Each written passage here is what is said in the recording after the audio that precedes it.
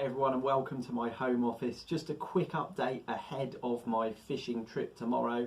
I'm doing an overnighter with my mate James, but I just wanted to let you know, unfortunately it's not going to be at Todber Manor as we had planned. Day ticket water in Dorset. Unfortunately we couldn't get booked on. It was fully booked by the time we had sorted out the date.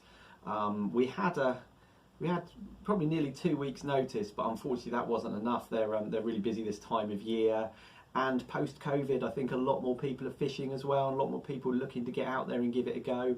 So unfortunately they were fully booked and we couldn't get on for this particular session. So instead we're going to be going to one of our club waters. We did try another day ticket actually, sort of going the other direction, one which we've had our eye on for a while, and alas that was also fully booked. So we are going to go back to one of our club waters that you probably will have seen me fish before, but it's a great place to go and have a crack at catching some really nice fish. There's nothing enormous in there. They go up to sort of low 20s.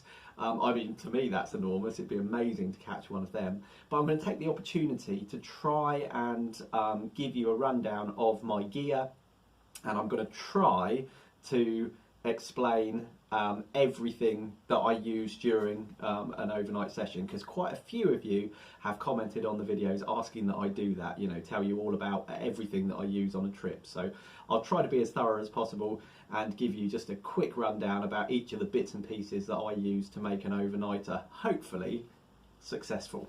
Let's see how we get on.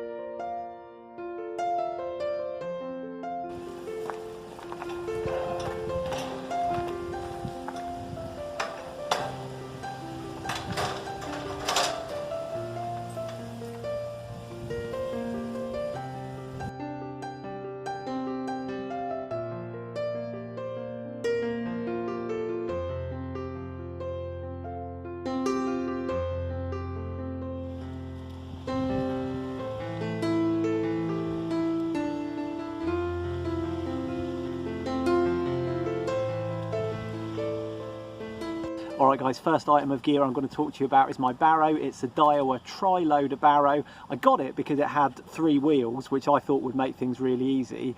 Word from the wise, it doesn't. It actually made life a lot harder. Luckily it had the option to convert into just a 1-wheeler, which is how I use it now. So that's going to get set up next.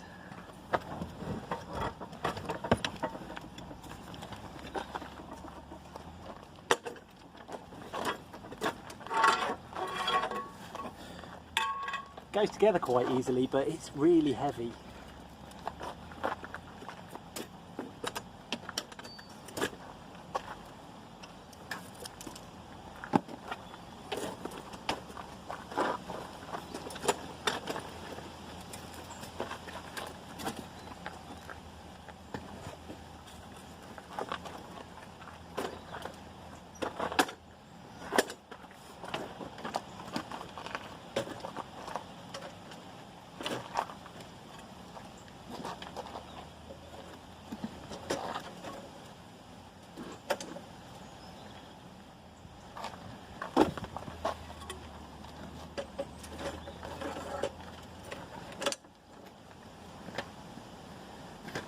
Go, about a minute for it to be ready to use, not too bad.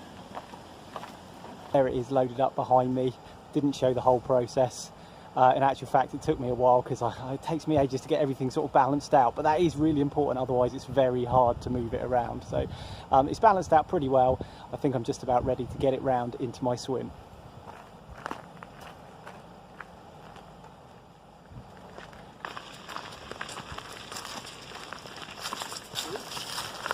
Down the hill.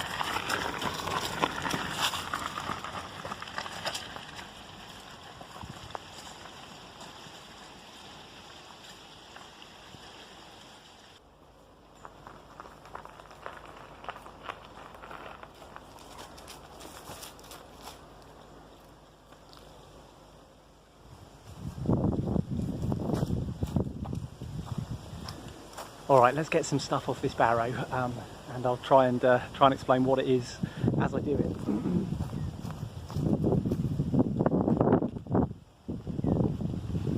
First up, I'm going to remove this bungee cord.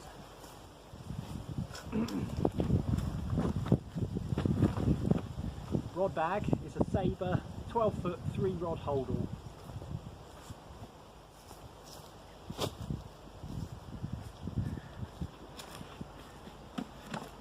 Brolly, it's the Fox Super Brolly Compact.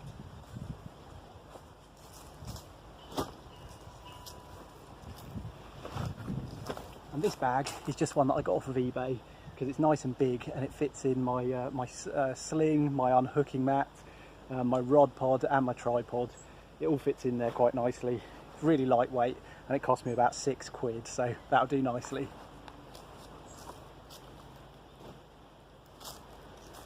The rest of this stuff I'll explain to you later. Alright, well, often the first thing that I do when I arrive in the swim, apart from looking for signs of fish, is set up my rod pod and work out where I'm going to be positioning my rods for the session.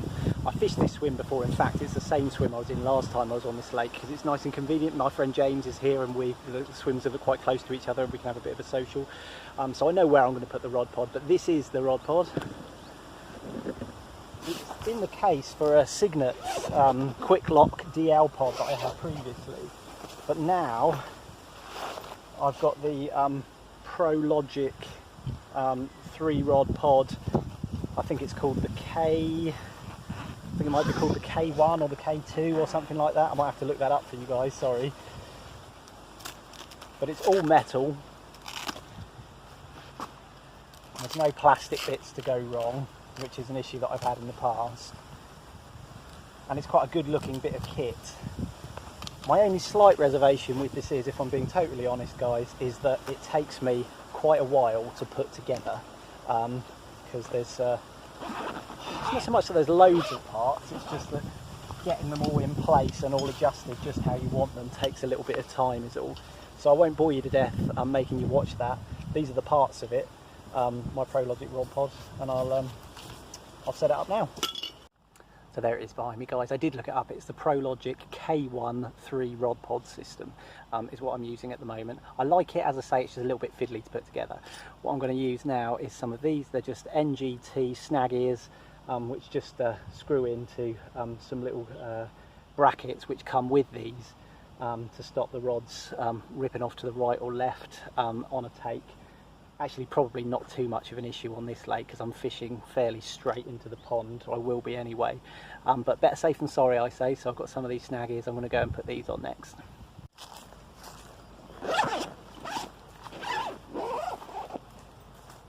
Okay, so as I said, that's a Sabre rod bag that I'm using. I like it because it's lightweight, and in here I've got my rods and reels. So the rods are TF Gear 10-foot 2 3/4 pound test curve carp rods. They've been with me for many years and I like them. And the reels in this case is a Cyprinus Freerunner 65S reel.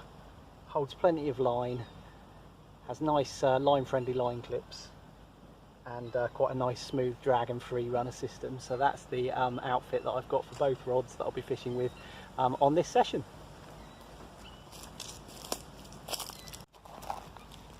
Before any baited rigs go in the water, I'm going to get my net sorted.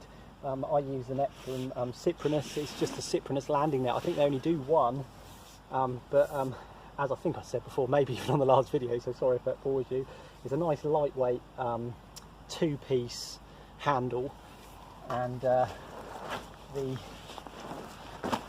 net part itself seems to be good and strong, and it has dual net floats on it, which makes it quite nice and stable in the water.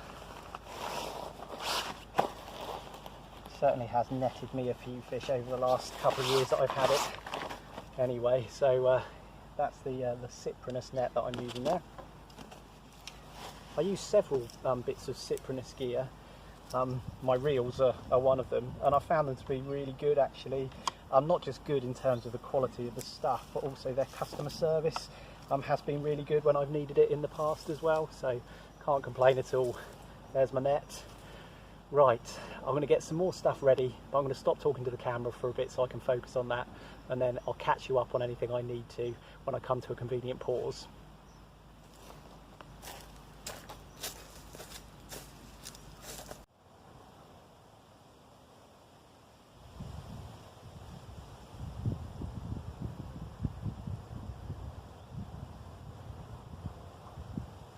Alright guys, I really do need to get a rod in the water, but I just thought I'd show you my barrow bag. It's the TF Gear Hardcore Extra Large Barrow Bag, I believe. It's got this nice sort of EVA sort of semi-solid top, which you can use to put things on in your bivvy if you need to. But I've also found it to be incredibly hard wearing. Does the job very nicely for me. In here, I've got a little cheapo fold-up stool because I didn't really have. It's not that I didn't have the room, it's that I didn't have the time to dig out my chair from the shed at home, which stuck behind a few things, and I was sort of making a run for it, so I just grabbed that because it's all I need really. In here, I use one of these. It's a Plano tackle box. It's got 2 slide out trays and quite a big opening compartment in the top, and I can fit absolutely everything I need in there for a session and for rig tying as well. In this case, a Kudos rig wallet holds my micro barbed rigs, which are the ones that I'm using for this session on this lake. I think I've got one of these made by NGT as well. They're both very, very similar. They do a fine job of keeping your rigs nice and straight for transport. So I'm going to get a couple of these baited up and then start doing some proper fishing. Alright, well I'm finally fishing at last. I've got one rod pointing out pretty much straight in front of me, cast to what's been described as sort of a clay bar that runs from one side of the lake to the other. I've tried to aim where roughly I think that is anyway. And on the other rod, which is off to the left hand side there's a nice bed of lilies, and I'm fished up fairly close to those lilies with a solid PVA bag. The other rod, the one out into sort of open water if you like, is just on one of my classic snowman rigs, which we know and love. I've catapulted out some baits using this, just keeping up with the theme of telling you what I'm using. This is the Drennan Boilie Pole. Love this thing. Not sure you can get them anymore, but it's been really good. I've got 2 actually, just in case this one breaks. And I've also got my Tracker 12-litre bait bucket, which has got a removable tray in the top. It's ideal for keeping my PVA bits and bobs in. Over here on the rod pod, you can see I keep my alarms attached actually to the rod pod, so this set of alarms stays with this rod pod, and they are the JRC Radar 3X. Is that right? JRC Radar 3CX, that's it. The JRC Radar CX bite alarms. I've got them as a set of 3, and they come with a little receiver which stays with me. And I've had them for a couple of years and I found them to be really good and really reliable. And the batteries seem to last a long time as well. I'm going to touch wood now because I haven't got any spares with me, so it'd be just my luck that one runs out on this session, wouldn't it? But no, they've been pretty good. Right, the swim behind me is in a bit of a state whilst I've been getting everything ready, so I'm going to have a tidy up, probably get my brolly up, and then I'll catch up with you in a little while and tell you about some more bits and pieces that I'm using.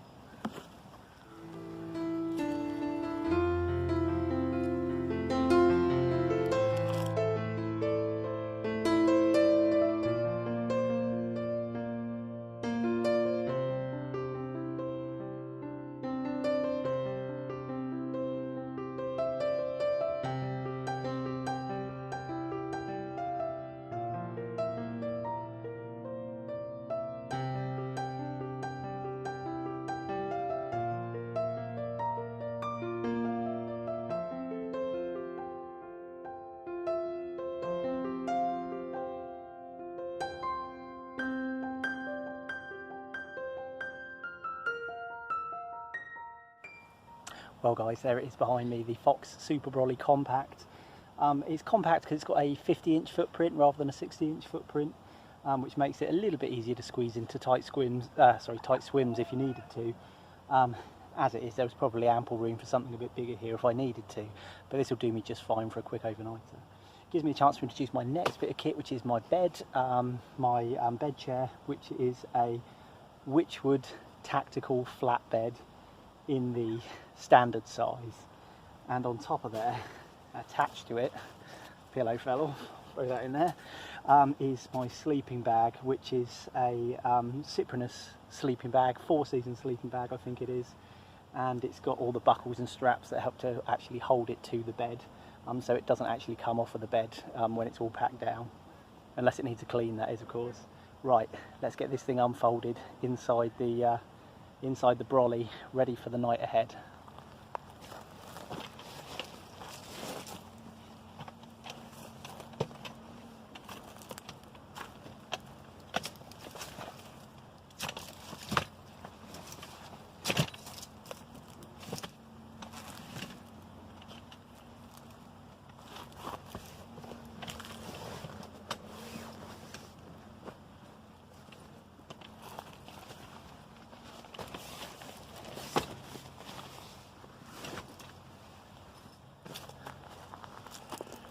There we go.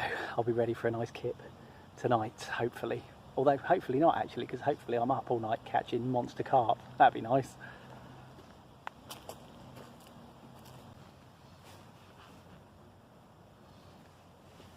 I think it's important to check your bed chair's level, and it's got to be comfortable before you bring all the rest of your gear into the brolly. Otherwise it all gets very cramped and very difficult to make adjustments. But this seems just about right.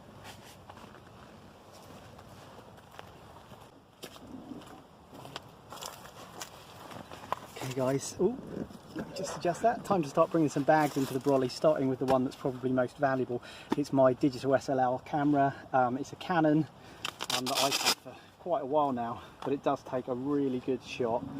Now, actually, it's a shame to say I probably use my mobile phone more than my digital SLR these days, because it's just more convenient, isn't it? However, for shots where lighting isn't quite so good, maybe dusk or in darkness, then this camera is going to be coming out of the bag. And actually I should use it more often anyway, because it does just take a better photo than my phone camera does. So I should use it more often. I bring it with me every time, just in case I catch the fish of a lifetime and I want to get some really, really good shots of it. In one of these side pouches here, I've got my GoPro as well. Don't know if I'm going to use it this session or not, maybe. But that comes into the brolly. I'll just stick it down the foot of the bed chair for now. I'll just nip out and grab my food bag, it's right there.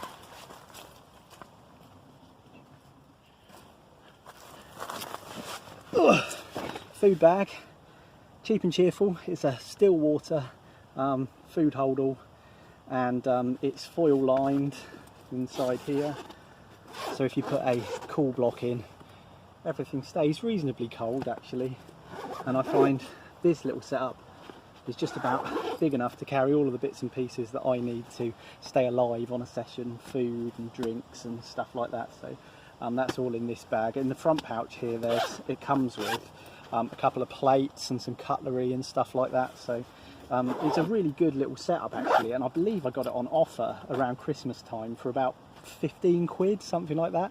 And it has been with me for at least a couple of years and doing a really good job. The only problem I've had with it is here, where rats chewed their way through the side of the bag and got into this side pouch here. But as long as I don't put anything, you know, edible in that side pouch, I'm getting away with it for now. Gotta get back outside, it's hot in here.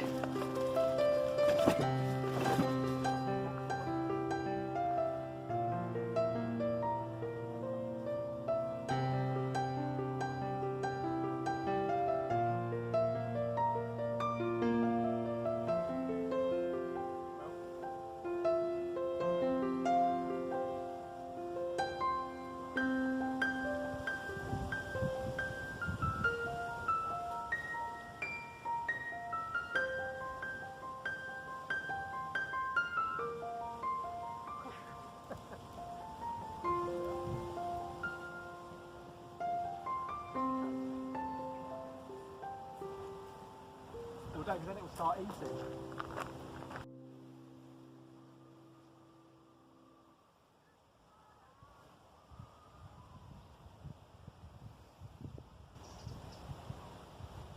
Alright guys, as lovely as it would be to catch a fish, it's not all about catching a fish, is it, when you come fishing? Part of it's about relaxing and having a nice time. So I've been here now for about an hour and 3/4, something like that. Probably only been fishing for or had baits in the water, and the possibility of catching a fish for less than an hour, I suppose. Unsurprisingly, I haven't had any action. I always think all the commotion of setting up and stuff, you know, maybe, you know, that can be felt in the water as vibrations and things like that, no matter how careful you try to be. And maybe fish are aware of that, and they sort of push away from an area where they think there might be danger. I don't know, but it's very rare that I will, you know, have a bite within the first hour or so of fishing. It's awesome when it does happen, because it really takes the pressure off, doesn't it? I love catching an early fish. Really does set you up for the rest of the session, gives you loads of confidence ready to go. But I'm optimistic I'll be able to pick up a fish at some point during the night. And swimming around in here, there's some pretty nice ones too. They go up to, I think the biggest in here was like 26 or 27 pounds, something like that. that would be amazing to catch one of them. My personal best carp ever is a 26.5 pound linear, beautiful fish, which I caught years and years and years ago. So if I could top that, that would just be absolutely spectacular. It's unlikely, because I think there's only one fish in here that would go bigger than that at the right time of year. I suppose we're sort of in the right time of year. Anyway, the reason I started this bit of video was to tell you I'm making myself a cup of coffee. I'm long overdue a nice cuppa. So here I've got some Coleman gas inside a little NGT gas canister sleeve. Don't really need that, to be honest. Some people say it improves the efficiency of the gas. It keeps it just a little bit warmer in the depths of winter. But for this time of year, it's just there because it's there, really. So what I need to do is expose the top of that so I can see the thread. It's allow me to use my next bit of kit, which is my little NGT stove. And I've had this for years and years and years, and it's still going strong, and I see no reason to buy anything more expensive at the moment. I realise I'm tempting fate with everything I'm saying today. It'll probably break, but yeah, there it is. Small little thing, the little legs fold out, gives a decent flame, attaches with a little screw. Really good. So yeah, I'm going to set this up, get some water boiling, and then have myself a nice cup of coffee. Before I stop this little bit of film, just to let you know, I use a Ridge Monkey 5 litre water carrier, which has been a really useful piece of kit, that's for sure. And I also use, not that you're probably that interested, NGT kettle. Again, been doing me well for a couple of years now.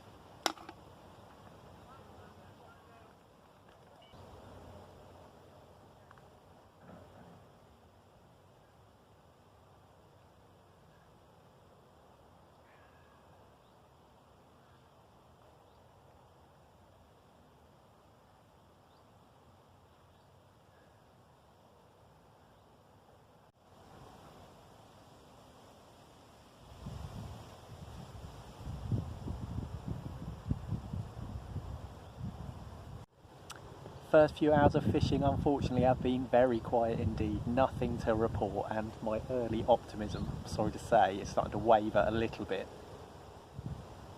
But it's still early evening, there's time, it could all turn around. It only takes a second to get a bite, they say, so let's hope that that rings true.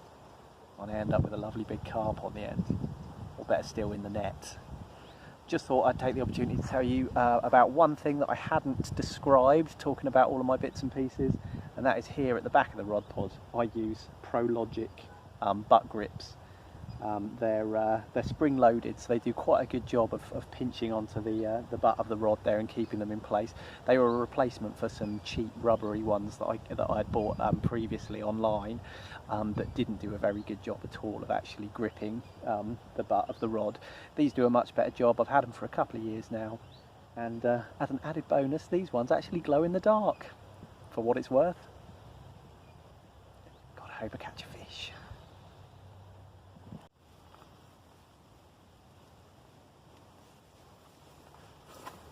Given that there is precisely nothing happening on the fish front at the moment, I'm going to take the opportunity to cook myself up a little bit of dinner. It's 6:15, I'm getting hungry, and today's culinary delight is a nice bacon sandwich, or bacon and sausage sandwich, and to top it off I'm going to chuck a couple of hash browns in there. So I use one of these. It's a Ridge Monkey toasty maker, or whatever they call it.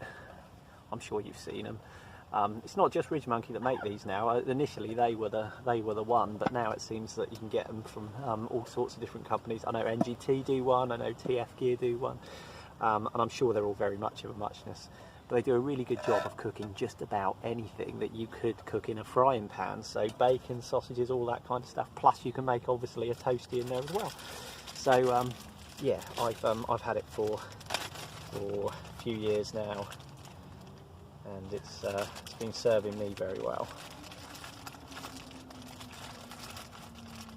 Get some bacon in there.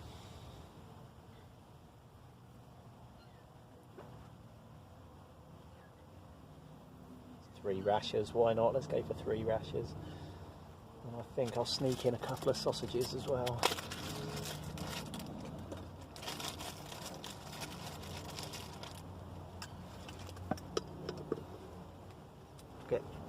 I'll get the meat bits cooked first, and I'll do the hash browns afterwards.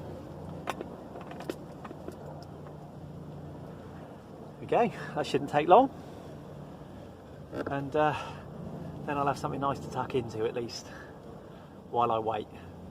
And one thing's for sure, there's one thing that will spur on a bite, and that is having some food in your hands that you end up dropping all over the floor when the alarm goes. So if that's what it takes, I'll be a happy man anyway.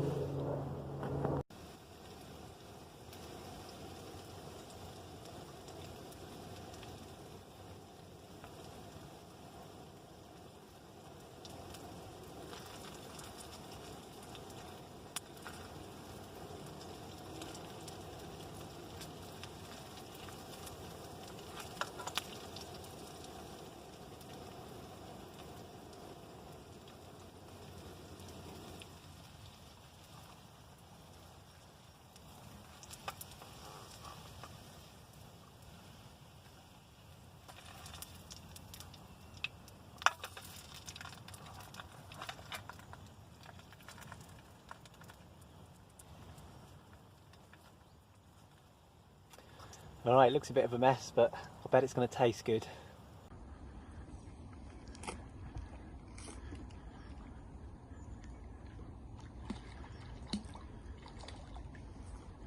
Hey! Oh. Well, it's not a big one, but at least it's not a blank. Woo! Well guys, it's not the big one that I'd hoped for, but here's 7 or 8 pounds of very angry common carp, which I managed to snag just before 7 p.m. This was on the solid PVA bag rod cast out towards those lilies, tried and tested method on this place, and that's a lovely fish to open my account on the lake for this session. Absolutely brilliant to get in amongst them and actually land one. Certainly has boosted my confidence for the rest of the session. Going to slip this beauty back, reset things, and hope that a bigger one comes along. Magic.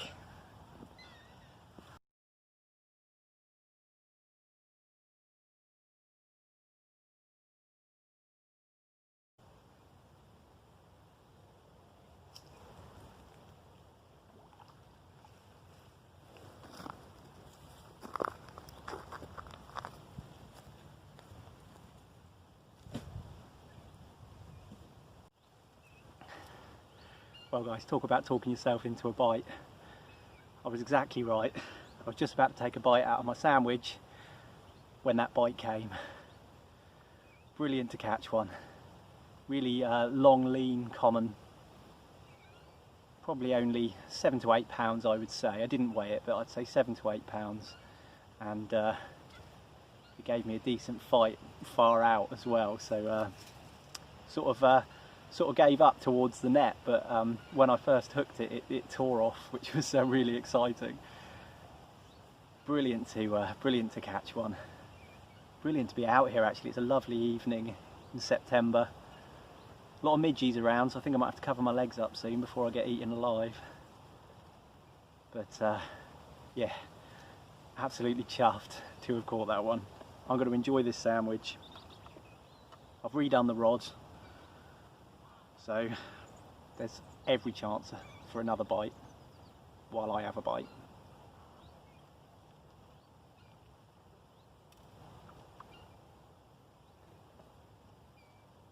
It's good.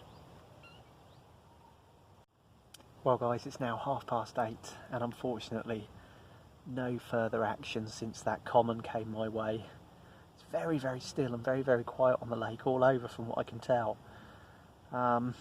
It's a little bit cold this evening. The temperature does seem to have dropped quite sharply.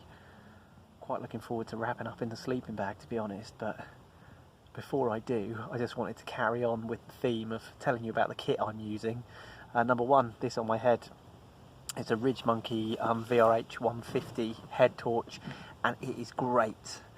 I've had several head torches over the years, and this is by far the best one. It's rechargeable for one thing, so it doesn't need me to be constantly replacing batteries, but it has several really good light settings. That's not a very good description, is it? It has a focused beam, which goes quite a long way, and it has two settings of sort of floodlight beams, and it's really easy to use insofar as it doesn't matter which way on you put it up. It's got a button on both the top and the bottom, which I think is a really clever feature for turning it off and on. And also, whilst we're at it, let me just switch these over. Put the head torch on. This is the Ridge Monkey Bivy Light. It's one of the earlier models, but it's another bit of kit from Ridge Monkey which has served me really well. Not selling them or anything like that. Oh, sorry, let me just turn that off. And not endorsing them really, just saying that they've worked well for me. Quite a lot of mozzies around now. Gonna have to put that mozzie mesh down. That's something to tell you about actually on the Super Brolly here. I've bought separately the mozzie mesh infill panel here, which goes right across the front of it, which I really need to sort out because the mozzies are going to eat me alive otherwise. Anyway, I'm going to have a drink, sit back and just enjoy the peace. Let's hope it's soon shattered by a screaming bite alarm.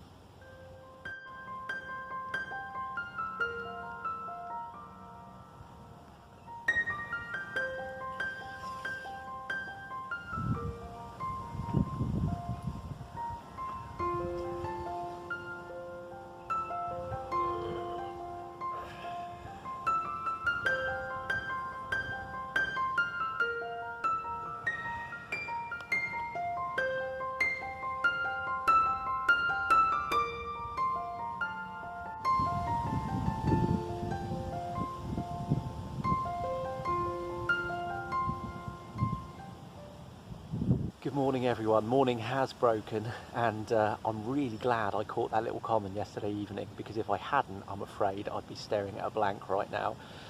The night was dead quiet, dead still, and nothing happened at all, I'm sorry to say. I was up most of the night, I just couldn't sleep at all, and where normally I'd hear fish crashing out on this lake, I didn't hear anything at all, like nothing. So yeah, not a lot to report really from overnight. It's now nearly 9 AM. I really do need to start packing up. I've left it just about as long as I can really, just in the hope that one of these would rip off this morning, but I think it's just not going to happen today. So glad I caught one. Bit gutted I didn't catch anything else or anything bigger, but hey, that's fishing. If it was easy, it'd be called catching and not fishing, wouldn't it? Regardless, it's been a really nice session, really relaxing, really peaceful. The stars were incredible last night. Unfortunately, I can't really catch it on my mobile phone camera. It won't pick up that level of detail from the night sky. But yeah, it was really beautiful. And me and James had a good old chinwag, and it was just nice to be out and about, to be honest. And it's nice to be able to talk you through all of those bits and pieces of my kit as I've gone. As I start to pack up, if there's any bits of kit that I spot that I haven't perhaps talked about yet, I'll do a little bit of filming and tell you about those. But now it's time for me to, I think, make a cup of coffee, drink that, and then slowly start packing up.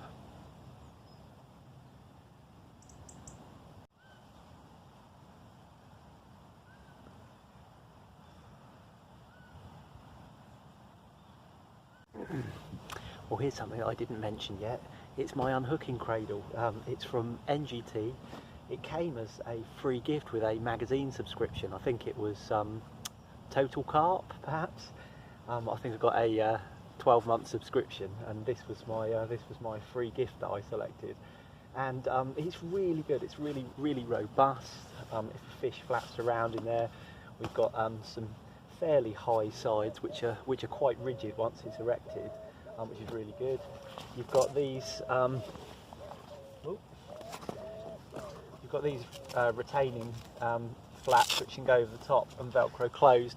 With these, it's got a really nice padded sort of mattress thing in the bottom, and it's even got a pad here that you can kneel on while you're taking your photographs, which is brilliant. So yeah, for a free gift, I've been really chuffed with it, and it comes with me in my overnight kit generally. In my short session kit, I've got a pop-up unhooking mat from TF Gear, which works just fine too. But of the two, this one's probably my preference. It's just a little bit bigger and more padded and just nicer generally. The only drawback with it is it's quite a big, bulky item, which is why I've got that big black bag, the eBay purchase that I talked about earlier, because when this folds down, it's nice and easy to put back in there. The sleeve that it came with to store it in, it just never quite seemed big enough. It took me forever to try to stuff the thing back in there. So yeah, I use the big bag now, chuck it in there. And obviously when I get home, if I've had a fish anyway and it's been wet, I'll take it out and dry it out in the shed anyway.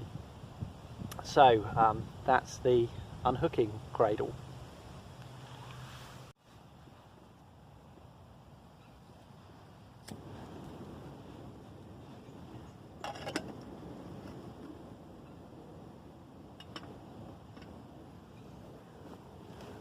Alright then guys, just while that kettle boils, I'll talk you through the last couple of bits that I'm going in for this session.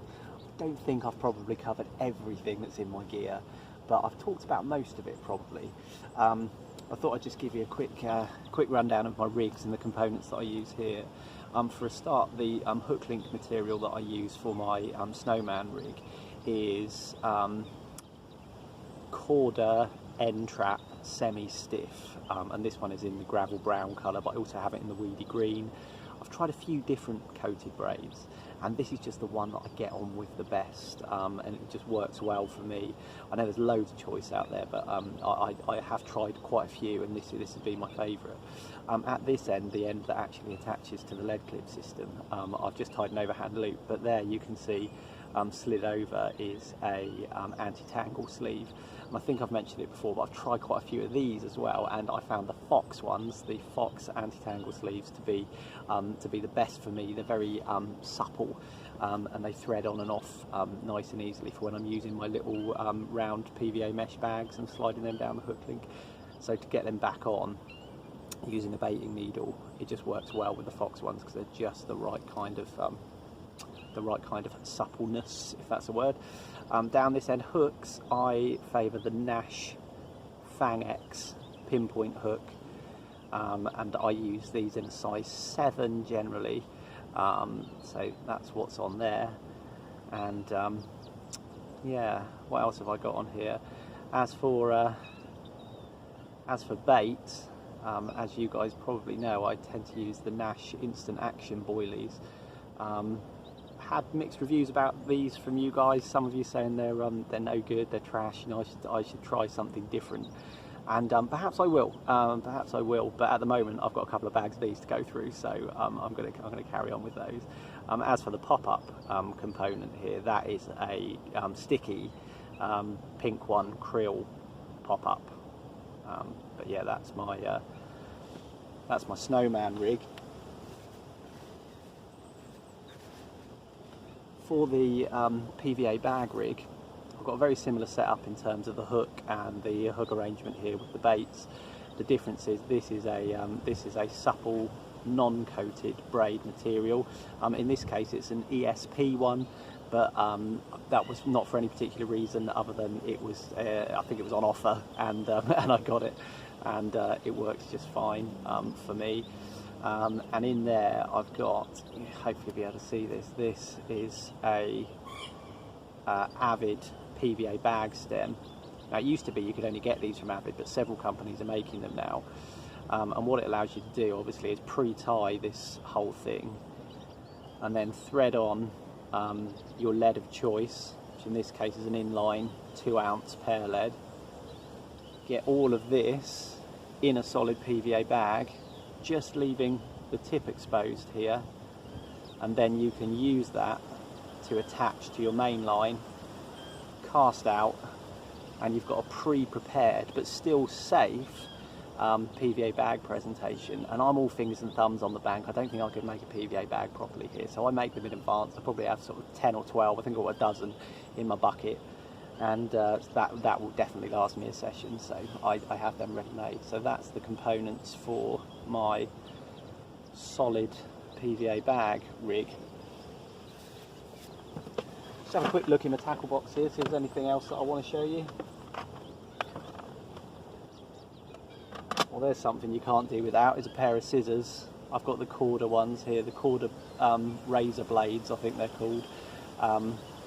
They've stayed very sharp. I must say, I haven't used many different pairs of scissors.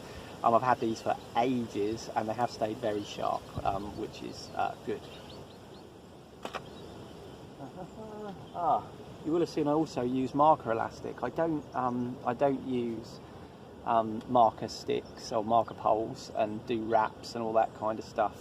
Something I might look into in the future, but for quite some time now I've used this marker elastic, and I use the Fox one because it comes on a 20-meter spool, and it works out a bit cheaper than the competitors, I suppose, and that lasts me quite a while because you only need to use a few inches, you know, each trip to mark where you're going to be using your line clip.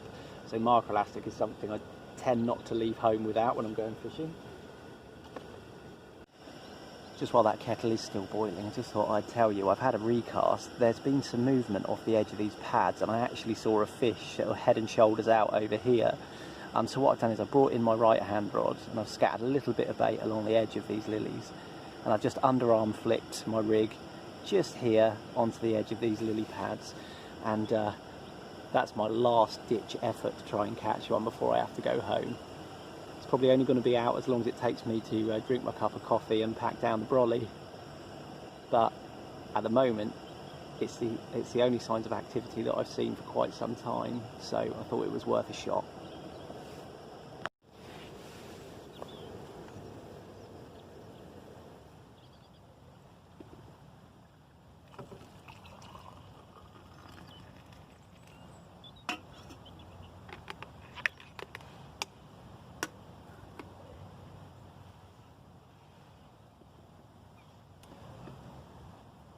Well guys, I'm going to enjoy my cup of coffee, and while I do I'm just going to watch the water, watching the edge of those pads just to see if there's any more movement there.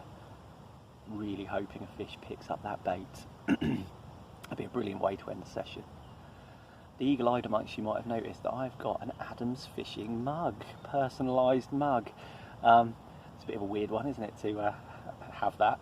The reason was a while ago, when I was just under the 1,000 subscribers mark on my YouTube channel, my mate Tom at work said, you've got to make something branded and then do like a competition where people like and subscribe, and then you'll pick one at random and you'll give the mug away, kind of thing.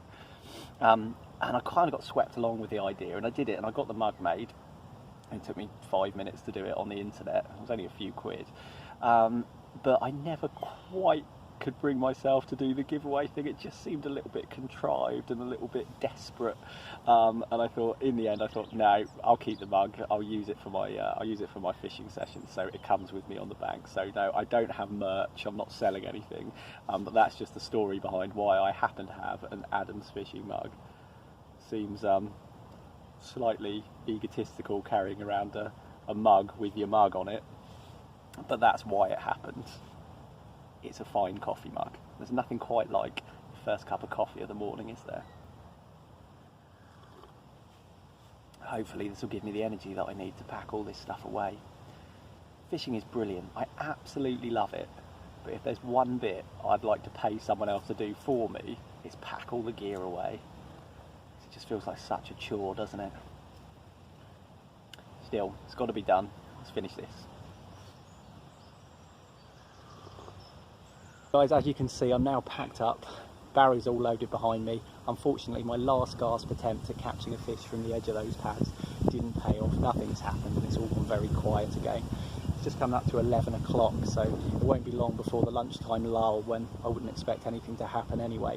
And I really should have got going a couple of hours ago, so I might be in the doghouse when I get home. I've tried and tried but haven't caught another one, but it wasn't a blank. You know, I've had a really good session, really pleased that I came down. I'm really pleased that I caught that one. Hey, it wasn't a 20 pounder, but it could have been. So it was just really good to get a bite and to land a fish, so I'm pleased about that. If you join me for this session, thanks so much. I really appreciate it. Thanks for all your kind comments and everything, guys, as well. I really appreciate that too. It's really kind. I still enjoy doing it. I still enjoy keeping these diaries of my fishing, so I'm going to carry on. For those who asked for specific detail about the gear that I'm using, I hope this has satisfied you some way. For those who didn't ask for it, I apologise for all of the extraneous detail. But it's been a great session. Looks like it's going to be another lovely day. I'd better get home and do my dad duty. Thanks for watching, and hopefully I'll see you again really soon.